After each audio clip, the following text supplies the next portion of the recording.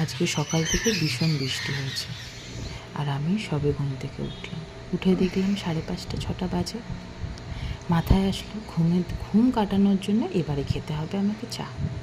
But বাইরের ওয়েদারটা এত সুন্দর ছিল, ঠান্ডা ঠান্ডা ওয়েদার, হালকা হালকা হাওয়া আসছে ঘরের মধ্যে, আর পাতাগুলোর ধুলো সব ধুয়ে গিয়ে এখন পুরো ক্লিন হয়ে গেছে। গাছটা কত ছোট ছিল, আমি আজকে দেখলাম গাছটা তো বড় হয়ে গেছে। মানে মানুষের ব্যস্ততার জীবনে আশেপাশের জিনিসটা দেখাও যেন আমরা বন্ধ করে দিই। ছুটির সময় বাড়িতে থাকলে এই একটা দিন যেন ইচ্ছাই করে না কিছু করতে। মনে হয় একটু চা খাই, একটু ঘুমাই, একটু নেটফ্লিক্স দেখি, একটু শুয়ে থাকি। এই একাকিত্ব টাইমটা সুন্দর লাগে। আগে একা থাকতে ভয় লাগতো, কিন্তু এখন একা থাকতেই ভালো লাগে। কেউ কোনো জাজমেন্ট পাস করবে না, কেউ বলবে না যে তুমি ওটা ভুল করছো, ঠিক করছো। যা করবে সব ঠিক, যা হচ্ছে ভালো হচ্ছে।